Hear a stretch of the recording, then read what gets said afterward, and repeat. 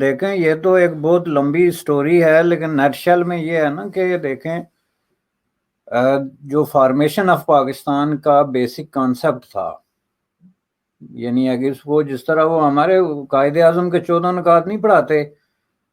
Matric یا F S C میں، تو وہ لکھے ہوتے ہیں نمبر 1 نمبر 2، اگر ہم اس طرح جائیں گے تو پھر پہلا نقطہ یہ ہے کہ جو پوائنٹ آف سٹارٹنگ پوائنٹ ہے نا، وہ ہے جو کریشن آف پاکستان اور پارٹیشن آف انڈیا۔ تو اس میں جو کانسیپٹ اقبال نے، ڈاکٹر علامہ اقبال نے پیش کیا تھا، وہ یہ تھا کہ یہ جو ہے نارتھ ویسٹ میں جہاں مسلم میجارٹیز کی جو سٹیٹس ہیں، ان کی جو ہے وہ خود مختاری کا تصور تھا، جو کہ ڈاکٹر اقبال کا تصور تھا۔ تو اسی کی روشنی میں جو تحریک پاکستان بنی، اور آگے جا کے تو اس کی جو شکل بنی بیسیکلی 1947 میں، وہ ایک ایسی شکل تھی جس کا کہ پاکستان کی تحریک چلانے والے لوگ جو تھے، اور اسپیسیفکلی جو ہے آل انڈیا مسلم لیگ اور ان کی لیڈر جو ہے قائد اعظم محمد علی جناح جو تھے رحمۃ اللہ علیہ، ان کے ذہن میں اس طرح کا کوئی نقشہ نہیں تھا۔ میں آپ کو اس کی تقریباً کچھ بھی نہیں تو 100 ہسٹوریکل جو مستند قسم کی ویریفائڈ جو ہے وہ مثالیں دے سکتا ہوں کہ ان کے ذہن میں اس طرح کا نقشہ کیوں نہیں تھا۔ یعنی پاکستان بننے سے پہلے 14 اگست 1947 سے 3-4 مہینے پہلے تک بھی قائد اعظم محمد علی جناح کے ذہن میں پاکستان کا جو تصور تھا، اس میں بنگلہ دیش یعنی بنگال اور پنجاب جو ہے وہ یونائٹڈ ہو کے تو پاکستان کا حصہ بننے تھے۔ یعنی جو بیسک ایک کانسیپٹ تھا جہاں سے یہ ساری صورتحال جو ہے وہ ایک نئی شکل اختیار کر گئی۔ تو جب ان کو پتہ چلا کہ یہ نقشہ ہے بھی نہیں، بنگال بھی تقسیم ہو رہا ہے، پنجاب بھی تقسیم ہو رہا ہے، تو اس وقت سچویشن جو ہے وہ ایک نئی شکل میں ابھر کر سامنے آئی، اور ایسے سوالات سامنے آئے جن کے ان کے پاس پہلے سے کوئی جوابات نہیں تھے۔ تو اس صورت میں جو بنگلہ دیش کے اندر جو بعد میں بنا، جو بنگال پراونس تھا پاکستان کے ساتھ، اس کی جو ریلیشن شپ تھی وہ فرام دا بگننگ یعنی سٹارٹنگ پوائنٹ سے جو ہے وہ غلط ٹریک پہ چلی گئی۔ ایک تو یہ ہے کہ ڈیفرنسز تھے جو ہم مانتے نہیں، اور جو نہ مان کے تو ہم نے جو ہے یہ ملک توڑا ہے، اور آئندہ بھی اس کے توڑنے کے آثار پیدا کر رہے ہیں۔ کہ ڈیفرنسز جو ہے نا، دیکھیں آپ پوری دنیا میں کہیں چلے جائیں تو کوئی بھی جو سوائے چھوٹے چھوٹے ملکوں کے کوئی بھی بڑا قابل ذکر ملک جو ہے اس کے اندر ڈائیورسٹی ہے، اس کے اندر طرح طرح کے لوگ ہیں، طرح طرح کی زبانیں ہیں، طرح طرح کے کلچر ہیں، طرح طرح کی اوریجن ہے جو ان کی ایتھنک اوریجن کے لوگ ہیں۔ یہ آپ کینیڈا جیسے ملک میں دیکھیں، یا ایون چھوڑیں کینیڈا یا یورپ تو دور ہے، یہاں بہت بڑی ڈائیورسٹی ہے اور اس کی ایکسیپٹنس ہے۔ آپ انڈیا میں دیکھ لیں کہ انڈیا کے اندر جو ہے وہ مختلف لینگویجز ہیں، کلچر ہیں اور ریاستیں ہیں، اور ان ریاستوں کو بڑی حد تک جو ہے اپنی زبان، کلچر دوسرے طریقے سے ان کا جو فیڈرل سٹرکچر ہے اس میں ایکسیپٹیبلٹی ہے۔ کہ آپ دیکھیں کہ وہاں کی سرکاری زبانیں کتنی ہیں، ان کو کس طریقے سے جو ہے وہ فنڈنگ کی جاتی ہے، ان کے حوالے سے ایجوکیشن کیا ہے، یہ ساری چیزیں سامنے رکھ کے دیکھیں تو پوری دنیا کی جو ڈیموکریسیز ہیں اور ملک ہیں اس کے اندر ڈائیورسٹی جو ہے اس کو ایک یونٹی اور طاقت کی علامت سمجھا جاتا ہے۔ ہم نے ڈے 1 سے ڈائیورسٹی کو اپنے لیے خطرہ تصور کیا، یعنی پاکستان کے جو اس وقت کی رولنگ ایلیٹ تھی اس نے سمجھا کہ یہ ڈائیورسٹی کا مطلب یہ ہے کہ جو تھوڑا بہت ڈیفرنس ہے ایک اور دوسرے شہری کے، اس کی وجہ سے ہمیں نقصان ہے اور اس کو ختم کیا جائے۔ چنانچہ بنگالیوں کے پہلے سب سے پہلے جو ہے جو سوشیو اکنامک ڈیفرنسز تھے کہ مثلا بنگال میں اس طرح کی جاگیرداری نہیں تھی، پولیٹیکل کلچر زیادہ تھا، پولیٹیکلی زیادہ میچور اور انوالو لوگ تھے، تحریک پاکستان میں بھی ان کا رول زیادہ تھا۔ ان سب باتوں کو ایک طرف رکھ کے بھی تو جو مین چیز جو تھی وہ سب سے بڑی چیز تھی وہ بنگالی زبان تھی۔ اب میں یہ جو ڈائیورسٹی کی بات کرتا ہوں کہ اس کو اگر ہم ایکسیپٹ کریں اور اپنی اسٹرینتھ بنائیں تو اس کی کیا شکل بننی تھی کہ پاکستان کی جو میجارٹی لینگویج تھی وہ بنگالی تھی، اس لیے کہ بنگال کے لوگ جو ہے وہ گننے میں، جس کو میجارٹی ہم ڈیموکریسی میں کہتے ہیں، تولنے میں نہیں، تولنے میں تو پنجاب کے لوگ جو ہے ان کو نہ بڑے اور قداور ہوئے ہوں اور وزن میں بھی زیادہ ہوئے ہوں، لیکن گننے میں بنگالی جو ہیں زیادہ تعداد میں تھے، اور وہ جو زبان بولتے تھے اس کو بنگالی زبان کہتے تھے، اور بنگالی زبان جو ہے وہ دنیا کی پرانی اور بہت ہی جو ہے لٹریری قسم کی زبانوں میں سے ایک تھی، جس میں کہ بر صغیر کے اندر اس وقت جو انڈین سب کانٹیننٹ میں جتنا لٹریچر تخلیق ہوا اس میں جو ہے وہ بنگالی کا بہت بڑا حصہ بنتا تھا، یعنی اوور ویلمنگ حصہ بنگالی زبان میں جو لٹریچر تخلیق ہوا، شاعری، ادب، یہ ساری چیزیں. اور جو اس وقت کا جو ٹیگور جو اس وقت جن کو نوبل پرائز ملا وہ بھی ظاہر ہے بنگالی زبان کا شاعر تھا، اور بنگالی ادب کا جو ہے وہ لٹریچر کا لکھنے والا آدمی تھا. تو اس حساب سے بجائے اس کے کہ ہم اس کو کوئی ایکول ایک حیثیت دیتے، ہم نے یہ کہا کہ نہیں جی بنگالی زبان تو پاکستان کی جو ہے وہ قومی یا سرکاری زبان نہیں ہو سکتی بلکہ اردو ہوگی. اب یہ کوئی معمولی بات نہیں تھی کہ آپ دیکھیں ہم آج کل بھی دنیا میں جو لینگویجز کا دن بناتے ہیں، انٹرنیشنل ڈے آف لینگویجز، اس میں سب سے بڑی وجہ اس کی وہی بنگال ورسز اردو جو ہے ایک کانفلکٹ تھا، جس میں خود قائد اعظم محمد علی جناح بھی انوالو ہوئے. اور اس میں جب بنگالی لڑکوں نے یہ جلوس نکالا کہ بنگالی زبان کو آفیشیل حیثیت دی جائے تو ان پہ جو ہے وہ گولیاں چلائی گئی، ان پہ تشدد کیا گیا، اور وہاں سے پاکستانی اسٹیٹ کی طرف سے آفیشیلی یہ پیغام دیا گیا کہ ڈائیورسٹی جو ہے has no place in our society, which is point number 1. اور میں اس لیے کہہ رہا ہوں کہ ہم نے اس سے سبق نہیں سیکھا کہ آپ دیکھیں آج بھی وہی بات ہو رہی ہے کہ آج بھی پاکستان کی جو فیڈرل پالیٹکس ہے اس میں بھی ہم یہ تسلیم نہیں کرتے کہ بلوچی ایک علیحدہ زبان ہے یا سندھی ایک الگ زبان ہے، پشتون زبان ہے، پنجابی زبان ہے، اور ان سب لوگوں کا حق بنتا ہے کہ یہ اپنے اپنے علاقوں میں ان کے بچوں کو ان کی اپنی زبان اور اپنے کلچر اور اپنی تاریخ اور اپنی روایات کے حوالے سے یہ حق ہونا چاہیے کہ وہ اپنی زندگی کے معاملات جو ہے ان کو دیکھیں. یہ ہم آج بھی تسلیم نہیں کرتے، چونکہ ہمارا جو نصاب ہے، ٹیکسٹ بکس ہیں، اور ہماری جو آفیشیل پالیسی ہے، اور ہماری جو فیڈرل فنڈنگ ہے لینگویجز کی ڈیولپمنٹ اور پروموشن کے حوالے سے، اس میں آپ دیکھ لیں کہ پنجابی کو پروموٹ کرنے کے لیے کتنے پیسے رکھے جاتے ہیں بجٹ میں، اور اردو کو پروموٹ کرنے کے لیے کتنے رکھے جاتے ہیں. یہی بات پشتو اور سندھی کے ساتھ ہے. تو اس کا مطلب یہ ہے کہ پہلے دن ہم نے یہ طے کیا تھا کہ ہم ڈائیورسٹی کو ایکسیپٹ نہیں کریں گے، اور اس کے پیچھے ایلیٹ کا یہ خوف تھا کہ پاکستان میں مختلف زبانیں بولنے والے، مختلف کلچر رکھنے والے اور مختلف تہذیب کے حامل لوگ بستے ہیں، جو کہ ظاہر ہے ان اے وے ان کا جو نیریٹو تھا اس کے ساتھ متصادم ہوتا تھا، جس کے ساتھ وہ انسیکیورٹی فیل کرتے تھے اور میسج دینا چاہتے کہ ہم سارے ایک لوگ ہیں. حالانکہ یہی میسج بنتا اس طریقے سے ہے کہ یہ ساری زبانیں اور کلچر رکھنے کے باوجود ہم ایک لوگ ہیں، اور اس میں آپ برابری کی بنیاد پہ ایک بنتے ہیں. اس میں آپ جو ہے وہ غیر برابری، غیر مساوی بنیادوں پہ ایک بنتے ہیں کہ آپ ایک زبان کو اٹھا کے جو پورے پاکستان کے 5% لوگ بھی نہیں بولتے اپنے گھروں میں، اس کو آپ جو ہے وہ مسلط کر دیتے ہیں ایک میجارٹی پہ. یہ ایک بڑا فیکٹر تھا بنگالیوں کے ساتھ، جس کی بنیاد پہ ان کو یہ خوف پیدا ہو گیا کہ یہاں تو ہم خود جو ہے خطرے میں ہیں، اور ہمارا کلچر خطرے میں، ہماری زبان اور تاریخ خطرے میں، اور الٹیمیٹلی ہمیں جو ایلیمینیٹ کر دیا جائے گا. یہ ایک چیز تھی. دوسری چیز یہ تھی کہ ہمیں خوف یہ تھا، پاکستان، مغربی پاکستان اوور ویلمنگلی ایک فیوڈل علاقہ تھا جہاں پہ جاگیرداری بہت زیادہ گرفت تھی، اور جاگیرداری ہی پالیٹکس میں، جاگیرداری آپ کی معیشت میں، آپ کے ہر چیز میں جو ہے وہ سب سے آگے تھی، جس کے مقابلے میں ظاہرہ بنگال کا سیٹ اپ جو ہے وہ ٹوٹلی ڈیفرنٹ تھا، جس کی وجہ سے وہاں جو پالیٹیشین تھے وہ ہمارے پالیٹیشین سے ڈیفرنٹ تھے، چونکہ ان کی سوچ میں زیادہ جمہوریت تھی اور زیادہ ٹالرنس تھی اور زیادہ جو ہے وہ رواداری کا تصور تھا، جو ہمارے ہاں موجود نہیں تھا. اس کے نتیجے میں آپ دیکھیں کہ بہت ابتدا میں ہم اب شیخ مجیب پہ یہ الزام لگاتے ہیں کہ اس نے 1971 میں 6 نکاتی بنیاد پیش کر کے تو بنگلہ دیش الگ کیا، لیکن آپ ہسٹری پڑھیں تو یہ 1965-66 میں اس نے 6 نکات دے دیے تھے، اور ان 6 نکات کی بنیاد پر وہ ویسٹ پاکستان کے پالیٹیشین لیڈرشپ کے ساتھ اور پولیٹیکل ایکٹیوسٹ کے ساتھ اس کی کئی میٹنگیں ہو چکی تھی، اور خود ذوالفقار علی بھٹو کا اس حوالے سے ان کے ساتھ ڈائلاگ ہو چکے تھے، جس پہ ذوالفقار علی بھٹو نے ساری ان کے نکات مان لیے تھے، سوائے ایک نقطے کے جس میں یہ تھا کہ جو ملیٹری انٹرونشن پالیٹکس میں ہو رہی ہے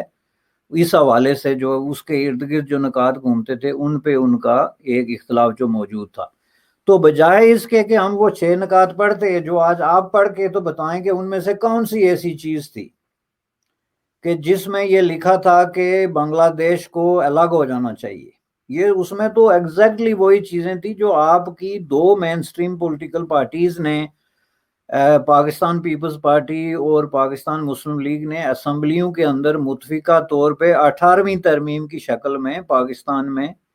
اڈاپٹ کی۔ اس میں کیا تھا کہ صوبائی خود مختاری کا ایشو تھا کہ صوبوں کے جو سوشیو اکنامک کلچرل رائٹس ہیں، ایجوکیشنل، یہ ساری چیزیں، ہیلتھ، یہ صوبے جو ہیں ان کی ذمہ داری ہے کہ وہ اپنے وسائل کو اپنے طریقے سے مینیج کر کے ان کو ڈسٹریبیوٹ کریں۔ یہ تھے 6 نکات۔ آپ اس میں سے مجھے ایک چیز بتا دیں جو کہ 18ویں ترمیم کے اس دائرہ کار میں نہیں آتی تھی، اور یہی 18ویں ترمیم آپ اگر آ کے 2018 میں یا 13 میں کر سکتے ہیں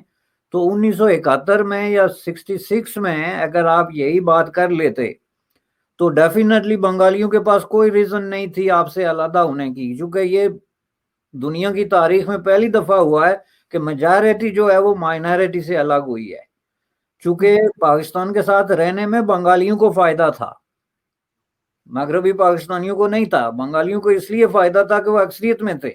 لیکن اکثریت تب ان کو فائدہ دیتی تھی جب جمہوریت ہوتی، اسی لیے جمہوریت کو پہلے دن سے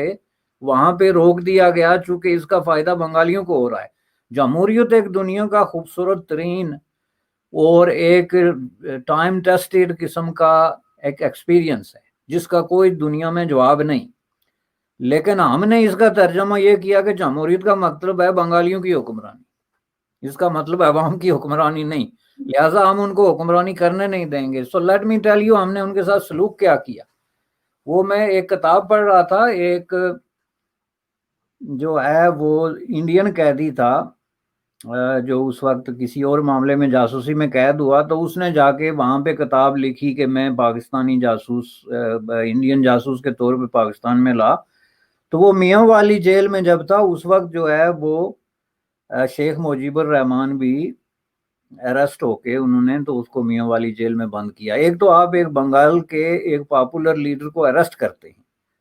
اور اوپر سے اسے لے آ کے تو آپ میاں والی جیل میں بند کرتے ہیں جہاں پہ پنجابی قیدیوں کی اکثریت ہے، چونکہ آپ نے یہ دیکھا ہوگا کہ صوبہ وائز اگر ایک بلوچ قیدی ہے تو اس کو مچھ جیل میں رکھیں گے، یہ ایک روایت ہے، چونکہ وہ ظاہر ہے وہاں اس کے رشتہ دار یا جو بھی اس کے اپنی کلچرل سیٹنگ، کھانا پینا اس طریقے سے ملتا جلتا ہے۔ آپ نے اس کو میاں والی میں آ کے بند کیا تو وہ یہ لکھتا ہے کہ میاں والی کے جو پنجابی قیدی تھے وہ رات کو چھت پر چڑھ کے تو اس کے بیرک جو تھی جہاں وہ قید تھا، اور ایک اور بات کہ وہ بیرک عورتوں کے لیے مختص تھی، اور یہ بات نہیں کہ وہ اس کی کوئی عزت افزائی کے لیے انہوں نے عورتوں کی بیرک میں بند کیا تھا، بلکہ اس کی انسلٹ کے لیے، چونکہ اس زمانے میں ظاہر ہے یہ ایک جینڈر جو ایشو تھا اس حوالے سے یہ ایک انسلٹنگ چیز سمجھی جاتی تھی کہ ایک مرد کو عورتوں کی جیل میں جو ہے بند کر دیا جائے۔ تو وہ کہتا ہے کہ وہ جوتے اس کے چھت سے جو ہے وہ پھینکتے تھے اس کی بیرک پہ پوری رات، اور پھر ان کو خاموش وہ کس طرح کراتے تھے کہ آپ کو اس میں فکر مند ہونے کی ضرورت نہیں، اس کو تو ہم نے لایا اسی لیے ہے کہ ہم اس کو اسی جیل میں پھانسی دیں گے، تو آپ کو جوتے پھینکنے کی کیا ضرورت ہے۔ اور اس نے لکھا ہے کہ ہم 8 قیدیوں کو لگا کے انہوں نے ایک دن شیخ مجیب الرحمان کی قبر کھدوائی میاں والی جیل میں کہ ہم اس کو پھانسی دے کے تو یہاں اسی قبر میں جو ہے وہ دفن کریں گے۔ یعنی اگر آپ اس پروسیس کو دیکھیں کہ ایک علاقے کا موسٹ پاپولر لیڈر جو ہے اس کے ساتھ اگر آپ اتنا ذلت امیز قسم کا سلوک کرتے ہیں اور اس کے پیچھے کوئی ایسا سیریس الزام نہیں ہے بجائے سوائے اس کے کہ جی 6 نکات ہیں یا یہ بنگالیوں کے حقوق کی بات کر رہا ہے یا وہاں کے عوام کی خود مختاری اور ان کی عزت نفس کی بات کر رہا ہے، تو اس کی ہم اتنی بڑی بےعزتی اور انسلٹ کریں کہ آئندہ آنے والی نسلیں یاد رکھیں۔ بالکل اسی طرح جس طرح آج نواز شریف کے ساتھ ہو رہا ہے، یعنی پنجابیوں کا سب سے پاپولر ترین لیڈر ہے، پنجابیوں کو کیا پاکستان کا اس وقت سب سے پاپولر لیڈر ہے، وہ 3 دفعہ وزیر اعظم رہا ہے، لیکن آپ اپنے وزیر اعظم کی زبان دیکھیں، ان کے الفاظ جو اس کے لیے استعمال کر رہے ہیں، ان کے منسٹر جو الفاظ استعمال کر رہے ہیں، اور جمہوریت کے نام پہ وہی بات میں نے کہی نا کہ جب وہاں ان کو جمہوریت کے نام پہ بنگال کی حکمرانی نظر آتی تھی، یہاں ان کو جمہوریت کے نام پہ جو لوگ نظر آتے ہیں ان کو وہ چور ڈاکو اچکے، جس طرح انگریزوں کے زمانے میں یہ تھا کہ وہ ان کو بنا کے پیش کرنے کی کوشش کرتے ہیں۔ یہ دوسری چیز تھی۔ تیسری چیز یہ تھی جو کہ فوج نے خود، جو آپ کے ملٹری باسز اور ان کے جو انٹلیکچوئل مائنڈز ہیں انہوں نے تسلیم کیا، وہ تھی فوج کشی کی غلطی۔ یعنی ہسٹری میں یہ کبھی ہوا ہی نہیں کہ کوئی فوج جو ہے اپنے عوام کے ساتھ لڑ کے تو فتح حاصل کر سکے، اٹس امپاسبل، چونکہ فوج عوام سے ہوتی ہے اور عوام کا قتل و خون کر کے ان کے ساتھ لڑائی کر کے تو کوئی فتح یا شکست نہیں ہوتی بلکہ تباہی ہوتی ہے، یہ ایک سمپل بات ہے۔ تو اس وقت جو بنگال پہ فوج کشی کی گئی، اس کے جو مختلف انہوں نے ایکسکیوزز دیے، وہ سارا کچھ دیا، لیکن ہسٹری نے یہ ثابت کر دیا کہ وہ ایک غلط ڈیسیجن تھا، چونکہ اس کے نتیجے میں جو کچھ حاصل وہ کرنا چاہتے تھے وہ ان کو حاصل نہیں ہوا۔ نہ بنگلہ دیش جو ہے وہ پاکستان کا حصہ رہ سکا، نہ جو ہے وہ آفٹر اس کی پارٹیشن کے کوئی ان کے تعلق واسطے میں کسی اس طریقے سے کوئی ایسی بہتری آ سکی۔ یعنی that was a total failure, جس کو انہوں نے ایک کامیاب پالیسی کے طور پہ امپلیمنٹ کیا۔ اور اس وقت پاکستان میں جو لوگ اس کو اپوز کرتے تھے، آپ اگر تاریخ پڑھ کے دیکھیں تو ان کے خلاف ایگزیکٹلی وہی زبان استعمال کی جاتی تھی جو آج لوگ پاکستان میں جو ہے وہ بات کرتے ہیں جمہوریت کی یا جمہوری تحریک کی یا لوگوں کے حقوق کی، ان کے خلاف استعمال کی جاتی ہے، جس کا دوسرا مطلب یہ ہے کہ مائنڈ سیٹ جو اس وقت بیٹھا ہوا تھا پاکستان کی رولنگ ایلیٹ کی سینٹرل کور میں، وہی مائنڈ سیٹ آج بھی بیٹھا ہوا ہے، اس میں قطعاً کوئی جو ہے وہ فرق نہیں آیا۔ اب اس میں آپ بے شک بلیم گیم جتنی چلائیں کہ اس میں جی انڈیا نے حملہ کر دیا تھا، وہاں پہ فوجیں آ گئی تھی یا فلاں کی سازش ہو گئی تھی، سازش تو یہ میں نے 3-4 چیزیں جو آپ کو بتائی، آپ مجھے یہ بتائیں کہ جب آپ بنگالیوں کو انسان ہی نہیں سمجھیں گے، جب آپ ان کی جو حق حکمرانی ہے اور ان کے وسائل ہیں ان پہ ان کا حق تسلیم نہیں کریں گے، جب آپ کسی بھی پیمانے سے، خواہ وہ جمہوری ہو یا کوئی اور انسانی طریقے پہ ان کی اکثریت کی بنیاد پہ ان کو ان کا حق نہیں دیں گے، جب آپ ان کے لیڈروں کی اور باحثیت نیشن آپ ان کی اتنی توہین کریں گے، تو اس کے بعد سازش کے لیے کون سا کام رہ جاتا ہے جو اندرا گاندھی بیچاری کرتی؟ یعنی سازش کرنے کے لیے ان کو ضرورت کیا تھی جب اپنے پاؤں آپ خود کلاڑیاں اس طریقے سے مار رہے ہیں اور خود اپنے عوام کو اس طریقے سے اپنے سے الگ کر رہے ہیں، تو اس میں باقی کوئی چیز جو ہے وہ باقی رہتی نہیں تھی۔ تو میں سمجھتا ہوں کہ اس میں یہ کوئی ایک درجن سے زائد اسباق ہیں جو کہ سیکھے جانے چاہیے تھے، لیکن مجھے نہیں نظر آتا کہ اس میں سے کسی نے کوئی سبق سیکھا ہے۔ بالکل، اور مجھے جہاں تک یاد پڑتا ہے کل اپنے کسی شو میں حسن نثار صاحب نے کہا کہ ان کے ساتھ جب وہ کالج میں تھے یا وہ اسکول کالج میں تھے تو بنگالیز بھی ان کے ساتھ پڑھتے تھے، تو ان کو لوگ تنگ کرتے تھے کہ تم نے واش روم کیا کرنا ہے، تم تو کیلے کے پتے استعمال کر لو، تم لوگ تو کہیں بھی چلے جاؤ۔ تو کہتے ہیں ہر طرح سے ان کی انسلٹ کی جاتی تھی۔ اور بعد میں اب ہم جو ہے وہ انڈیا کا نام لیتے ہیں، لیکن انڈیا والے بھی تو کریڈٹ لیتے ہیں، وہ بھی تو بہت بار ہم دیکھتے ہیں کہ اپنے میڈیا میں اور وہ بالکل اعلان کرتے ہیں کہ ہم نے کیا ہے۔ تو پھر وہ اس طرح کی بات کیوں کرتے ہیں کہ جی ہم نے یہ کیا؟ ٹھیک ہے، بہت زیادہ ہماری طرف سے غلطی ہوگی، لیکن کیا انڈیا کا بھی تھوڑا بہت کچھ رول رہا ہے اس میں؟ دیکھیں یہی پرابلم ہے نا، اگر آپ اسی سوال پہ غور کریں اور کام کو دعوت دیں کہ وہ اس پہ غور کرے کہ انڈیا اس کا اب کریڈٹ اس لیے لے رہا ہے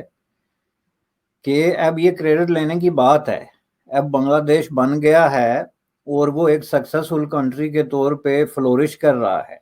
اور وہ پاکستان سے ہر اعتبار سے ایک بہتر کنٹری کے طور پہ اپنے آپ کو اسٹیبلش کرنے میں کامیاب ہو گیا۔ تو ہر اچھی چیز کا کوئی نہ کوئی کریڈٹ تو کوئی لیتا بھی ہے، کبھی انکار نہیں کرتا، لیکن انکار لوگ اس چیز سے کرتے ہیں نا، آپ اس چیز کو نہیں کرتے نا جو اگلی ہے اور جو آپ کے لیے ایک پرابلم کریٹ کرتی ہے۔ تو اس کا دوسری چیز یہ ہے کہ دیکھیں ہمارا پرابلم یہ ہے کہ میں نے کہا نا کہ ہم ابھی تک اس کو یہ کہتے ہیں کہ بنگالی تو ہماری کالونی تھی تو وہ الگ کیوں ہوا، ہم اب تک بھی یہ نہیں مانتے کہ بنگال کے علیحدہ ہونے میں اور اس کے آزاد ہونے میں فرق ہے۔ یہی کریڈٹ آپ بھی لے سکتے تھے اگر آپ اس وقت بنگالیوں کو ان کے حقوق دے دیتے اور کسی نہ کسی طریقے سے آپ اس کو پاکستان کی کانفیڈریشن میں، فیڈریشن میں، کسی فیڈریٹنگ یونٹ کے طور پہ جو ان کے 6 نکاتی مطالبات تھے ان کو تسلیم کر کے رکھ سکتے تھے تو پھر آپ کریڈٹ لیتے۔ آپ نے ایک طرف تو یہ طے کیا کہ ہم نے فوج کے ذریعے ان کے ہر جو ہے وہ مسئلے کا علاج کرنا ہے، اور دوسرا آپ نے یہ سمجھا کہ ہم ان کو فتح کر کے اپنے ساتھ رکھیں گے، یعنی ایک مائنارٹی پروونس جو ہے ایک میجارٹی پاپولیشن کو زبردستی بندوق کے زور پہ اپنے ساتھ رکھے گا۔ تو پھر ظاہر ہے کہ انڈیا کا کریڈٹ ایک تو یہ لیتے ہیں پالیٹیشنز، ہمیشہ لیتے ہیں، انڈیا کوئی روحانی قوت نہیں ہے، ایک کنٹری ہے، تو اس کے بھی مختلف پالیٹیشن سامنے آتے ہیں۔ اس وقت اندرا گاندھی جس نے یہ سارا کارنامہ سر انجام دیا ان کی اپنے نقطہ نظر سے، اس نے اتنا کریڈٹ نہیں لیا تھا جو اب لیا جا رہا ہے، یہ میں آپ کو بتا دوں۔ انہوں نے کبھی اس طرح اوپن کھل کے اس طریقے سے نہیں کہا، ان کا تو ایک سمپل پروسیس تھا۔ دیکھیں بات یہ ہے کہ بنگلہ دیش سے بہت بڑے پیمانے پہ جو بنگال اس وقت وہاں سے جو ہے وہ ریفیوجی جا رہے تھے انڈیا میں، یہ بالکل وہی سچویشن تھی جو کہ آپ یہ دیکھ لیں افغانستان سے ریفیوجی پاکستان میں آئے۔ فرق صرف اتنا ہے کہ افغانستان کا تعلق سوویت یونین سے تھا جس کا اس کا کوئی فوری تعلق نہیں بنتا تھا، لیکن یہاں ذرا مسئلہ جو ہے وہ اکراس تھا، بارڈر ایک ایشو تھا، بنگال کے لوگ، ان کی لینگویج، ان کی ساری چیزیں تھی، اور انڈیا کے لیے ایک بہت بڑی تھریٹ تھی کہ اتنی بڑی تعداد میں بنگالی اگر وہاں سے جو ہے وہ مغربی بنگال میں آ کے آباد ہو جاتے ہیں تو پھر یہ ہم اس کو وہ کیسے کریں گے، نمبر ایک۔ نمبر دو یہ ہے کہ وہاں پہ اتنے بڑے پیمانے پہ جب کانفلکٹ شروع ہو گیا پیپل ورسز آرمی، تو اس وقت انڈیا کے لیے یہ ایک چانس کریٹ ہوا، تو انڈیا کے ساتھ تو آپ دوستی کرتے نا اگر، اور آپ کی دوستی ہوتی تو انڈیا کیوں مداخلت کرتا؟ جب آپ کی انڈیا سے دشمنی تھی تو آپ ایک دشمن سے کیا توقع رکھتے ہیں کہ ایسے موقع پہ وہ کہے کہ نہیں جی میں غیر جانبدار ہوں؟ کیا آپ کبھی پاکستان کی کوئی لیڈرشپ ایسے کر سکتی ہے؟ جب آپ ایک قوم سے لڑائی لڑ رہے ہیں، ان کے خلاف آپ نے بندوقیں تانی ہوئی ہیں، انہوں نے آپ کے خلاف بندوقیں تانی ہوئی ہیں، آپ کے سپاہی جو ہیں وہ سرحدوں پہ کھڑے ہیں ایک دوسرے کے خلاف، تو اس وقت آپ کیا توقع رکھتے ہیں کہ وہ کیا کرتے؟ انہوں نے تو ایک جو ہے وہ بہت اچھا موقع دیکھا اور اس کے مطابق انہوں نے وہاں پہ اپنی ایک گڈ ول کریٹ کی۔ آج آپ بنگلہ دیش کی کسی آدمی سے پوچھیں، یہ میرا اور آپ کا حق نہیں بنتا کہ ہم بنگلہ دیش کے لوگوں کو بتائیں کہ آپ کا دوست اور دشمن کون ہے، اور ہسٹوریکلی کس نے آپ کی مدد کی اور کس نے آپ کو جو ہے آپ کے ساتھ زیادتی کی۔ لیکن بنگال کے لوگوں میں اتنی بات ضرور ہے کہ ان کی اکثریت جو ہے اس معاملے میں وہ انڈیا کو اپریشیٹ کرتی ہے، کیونکہ وہ یہ سمجھتے ہیں کہ ہم پہ فوج کشی ہو رہی تھی، ہمیں مارا جا رہا تھا، ہمیں مٹایا جا رہا تھا، تو انڈیا نے ہماری مدد کی۔ یہ بڑا سمپل قسم کا ایک چیز ہے، تو اس میں نہیں سمجھتا کہ انڈیا جو کریڈٹ لے رہا ہے آپ اس کو اس سے روک سکتے ہیں۔ اس سے روکنے کا طریقہ یہی ہے کہ آپ بنگلہ دیش کے ساتھ آپ کی جو ریلیشن شپ ہے وہ کیوں نہیں بن سکتی؟ اس لیے کہ آپ اب تک اسی مغالطے میں مبتلا ہیں کہ بنگلہ دیش جو ہے اس کو یا ہماری کالونی ہونا چاہیے تھا یا اس کو زندہ رہنے کا حق ہی نہیں۔ بادل ناخواستہ آپ نے اس کو تسلیم کر لیا، چونکہ آپ نے قیدی چھڑانے تھے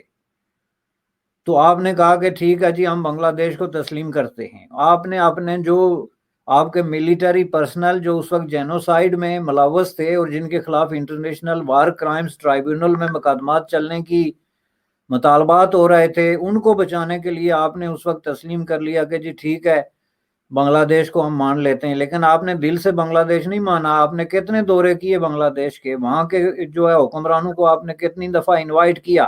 اور آپ مجھے یہ بتائیں کہ آپ کے دل میں کیا ہے، کہ آپ کیا چاہتے ہیں کہ اب بھی بنگلہ دیش کسی نہ کسی طریقے سے واپس جو ہے وہ آپ کی کوئی کالونی بن جائے گا؟ It's not possible. تو اگر اس میں کوئی بھی ایک آدمی سنجیدہ ہوتا پاکستان کی لیڈرشپ میں 71 کے بعد، تو وہ بنگلہ دیش کے ساتھ پہلے سے کئی ہزار گنا بہتر تعلقات بنا سکتا تھا۔ اور اس جو جدید دنیا میں تعلق کا مطلب دوسرے کو فتح کرنا یا اس پہ ڈومیننس یا ان پہ فوجوں کے ذریعے قبضہ نہیں ہے، بلکہ وہ برابری کی بنیاد پہ تعلقات ہی واحد راستہ ہے۔ تو why you can not develop ایک ریلیشن شپ بنگلہ دیش کے ساتھ جو کہ برابری کی بنیاد پہ ہو؟ آپ میں اتنا سپیریورٹی کمپلیکس کیوں ہے؟ آپ نے ایسا کون سا تیر مار دیا 1947 سے لے کے جو باقی کاموں نے اس گلوب پہ نہیں مارا؟ تو ایک جو ہے وہ نیشن یا نیشنلٹی آپ سے الگ ہو گئی تو وہ آپ کا فار ایور دشمن ہے، یہ تو کوئی بات نہ ہوئی نا۔ تو اس لیے میں سمجھتا ہوں کہ اگر آپ بنگلہ دیش کے بارے میں ہمدردی سے غور کریں تو سب سے پہلے جو ہے وہ بنگلہ دیش کے لوگوں سے معافی مانگی جائے، جو کچھ بھی وہاں ہوا اچھا نہیں ہوا، جو اس کو اچھا کہتا ہے میں سمجھتا ہوں کہ وہ تاریخ کی بہت غلط سمت میں کھڑا ہے، اور اس کے اندر ضمیر نام کی کوئی چیز نہیں ہے کہ جہاں اتنی بڑی قتل و غارت کری ہو خود اپنے ملک میں، اپنی سیکیورٹی فورسز کے ہاتھوں، اپنے عوام کی اس طرح عصمت دری ہو، اس طریقے سے جو ہے انجسٹس ہو، اور ان کے پولیٹیکل رائٹس کو اتنے برے طریقے سے ڈینائی کیا جائے، تو آپ اس پہ معافی نہ مانگیں، ان کے ساتھ تعلقات درست نہ کریں، تو اس کا مطلب یہ ہے کہ آپ ابھی تک اسی طریقے سے سوچتے ہیں کہ آپ نے جو کچھ کیا تھا بالکل ٹھیک کیا تھا۔ بالکل ٹھیک، لیکن لاسٹ میں یہ پوچھنا چاہوں گی بیرسٹر صاحب کہ آپ کو نہیں لگتا کہ ہم نے تاریخ سے کچھ سیکھا نہیں ہے اور اب ہم وہی غلطی بلوچستان میں دہرا رہے ہیں؟ بالکل ایگزیکٹلی، میں نے یہی عرض کیا تھا کہ دیکھیں ہم اس وقت اگر کوئی بات کرتا ہے نا اپنے حقوق کی تو ہم اس کو خود ہی جو ہے وہ لے جا کے ایکسٹریم پہ چھوڑ دیتے ہیں کہ ٹھیک ہے جی بلوچوں نے اگر بلوچ لینگویج کی یا حقوق کی یا اپنے وسائل کی بات کر لی تو وہ غدار ہیں اور ہم نے ان کو روکنا ہے، اور اگر نہیں رکتے تو ہم ان پہ فوج کشی بھی کر سکتے ہیں۔ اس میں آپ اکبر بگٹی کو دیکھ لیں، Akbar Bugti was not a radical main,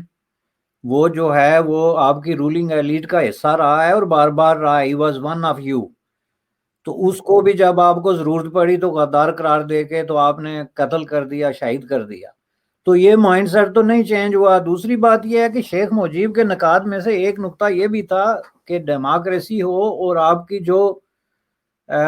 national security کے ایشوز ہیں یا ملٹری ہے اس کا حق نہیں ہے کہ وہ عوام کے معاملات میں مداخلت کرے، اور یہ آج 50 سال بعد آج بھی ہم وہیں کھڑے ہیں، آج بھی پاکستان میں ڈیبیٹ یہی ہے، اور ہم میں سے ایسے لوگوں کی ایک بہت بڑی تعداد ہے جو اس کو ڈیفینڈ کر رہی ہے۔ اب وہ کہتے ہیں کہ جی ہم اتنے بڑے لوگ ہو گئے ہیں کہ ہم جو ہے ملٹری ہیڈ کوارٹرز میں جا کے تو صدارت کر سکتے ہیں اجلاس کی۔ Can you imagine? بھائی پرائم منسٹر جو ہے اس کا کام کیا ہے؟ Prime minister is the most جو ہے آپ کا ٹاپ جاب ہے، تو وہ صدارت جا کے جے ایچ کیو میں کرے یا جے ایچ کیو والے آ کے اس کی صدارت میں جو ہے وہ اسلام آباد میں بیٹھے ہیں، بات تو ایک ہی ہے نا، چونکہ جے ایچ کیو آپ کی ملک کا ایک حصہ ہے، جو پورا آپ کا سسٹم ہے اس کا ایک حصہ ہے، تو اس میں یہ صدارت کر کے بیان دینے کی کیا ضرورت ہے؟ آپ مجھے یہ بتائیں کہ اس طرح کی جو حرکات ہیں اس کی وجہ سے بجائے اس کے کہ آپ یہ مطالبہ تسلیم کریں کہ بھائی اس پہ تو بحث ہی نہیں ہے کہ اگر پی ڈی ایم کا یہ مطالبہ ہے کہ اس ملک میں جمہوری قوتوں کو حق ہے کہ وہ اس ملک پہ حکمرانی کریں، اور کسی طرح کی کسی غیر جمہوری قوت کو، کسی پاورفل ادارے کو، کسی بھی سیکشن آف سوسائٹی کو، سیگمنٹ آف سوسائٹی کو یہ حق نہیں پہنچتا ہے کہ وہ ڈیموکریسی کو بائی پاس کر کے تو عوام کو ڈکٹیٹ کرے کہ یہ کرو نہ کرو۔ اس مطالبے میں کیا بری چیز ہے؟ اب اس کو دیکھیں کس طریقے سے آئی واز امیزڈ کہ اب آپ دیکھیں جب تاریخ لکھی جائے گی نا، جیسے ہم حیران ہوتے ہیں اور ہم سمجھتے ہیں کہ یہ 71 میں یہ لوگ پاگل تھے، what the hell they were thinking، کہ ان کے ذہن میں کیا تھا کہ ہم بنگالیوں کو کس طرح جو ہے وہ بندوق کے زور پہ اپنے ساتھ رکھیں گے، ہم یہ سوچتے ہیں نا اور مانتے ہیں۔ تو آج بھی ایگزیکٹلی سیم چیز ہے۔ میں آپ کو بتا دوں کہ میں ایک چیز دیکھ رہا تھا، یہ جو جلسہ ہوا پی ڈی ایم کا، تو دوسرے دن آپ نے جو اخبارات دیکھے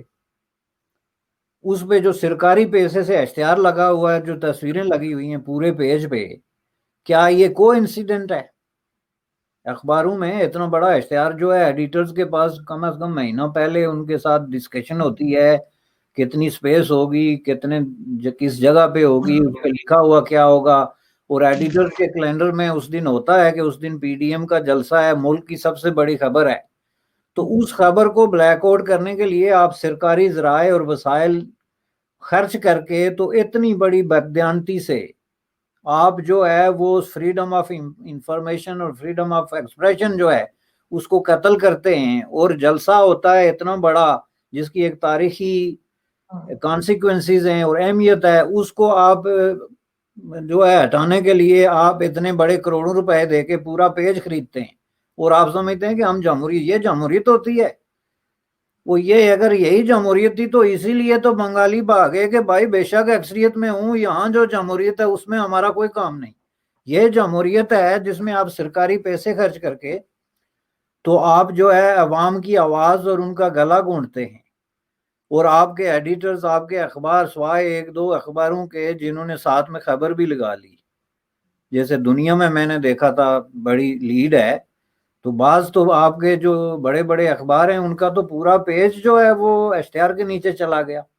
وہ اشتہار 2 دن پہلے یا بعد بھی آ سکتا تھا نا۔ تو سر اب وہ دیکھیں، پچھلی بار بھی ہوا تھا، جو لاسٹ ٹائم ان کا جلسہ ریلی ہوئی تھی، اس کے نیکسٹ ڈے بھی بالکل ایسا ہی ہوا تھا جو آپ بتا رہے ہیں۔ پورا نیوز پیپر جو تھا وہ سرکاری اشتہاروں سے بھرا ہوا تھا، آگے کا پیج بھی پیچھے بھی، کہیں کوئی خاص نیوز کے لیے جگہ ہی نہیں چھوڑی تھی انہوں نے۔ تو یہ غیر اخلاقی حرکت ہے، غیر قانونی حرکت ہے، اور یہ ڈکٹیٹرشپ کی بدترین شکل ہے۔ جو ہٹلر کا فاشزم تھا وہ اس سے بھی اتنا آگے تک نہیں گیا تھا کہ پورے پورے پیپر خرید لے۔ آپ جب اس طرح سرکاری اختیارات کو یوز کرتے ہیں عوام کی آواز دبانے کے لیے، جمہوریت کی آواز دبانے کے لیے، اور اپنا ایجنڈا جو ہے عوام پہ مسلط کرنے کے لیے، تو یہ اخلاقی، قانونی اور جمہوری ہر اعتبار سے جو ہے وہ غلط ہے، اور اس کے نتائج ہیں یہ آپ یاد رکھیں۔ آپ اس طرح عوام کو نہیں جو ہے وہ دبا سکتے، اٹس ناٹ پاسبل۔ بالکل ٹھیک، یہاں پہ میں بہت شکریہ ادا کرنا چاہوں گی سر آپ کا کہ آپ نے جوائن کیا، لیکن جانے سے پہلے ضرور کہوں گی کہ بنگلہ دیش نے بہت ترقی کی ہے، چاہے وہ ایجوکیشن فیلڈ ہو یا جو بھی، ہم سے وہ بہت آگے چلے گئے ہیں، اور شاید اگر وہ ساتھ ہوتے تو ممکن ہے کہ اتنا آگے نہ بڑھ پاتے جتنا وہ بڑھ گئے، اور ہمیں ان سے سیکھنے کی ضرورت ہے، اور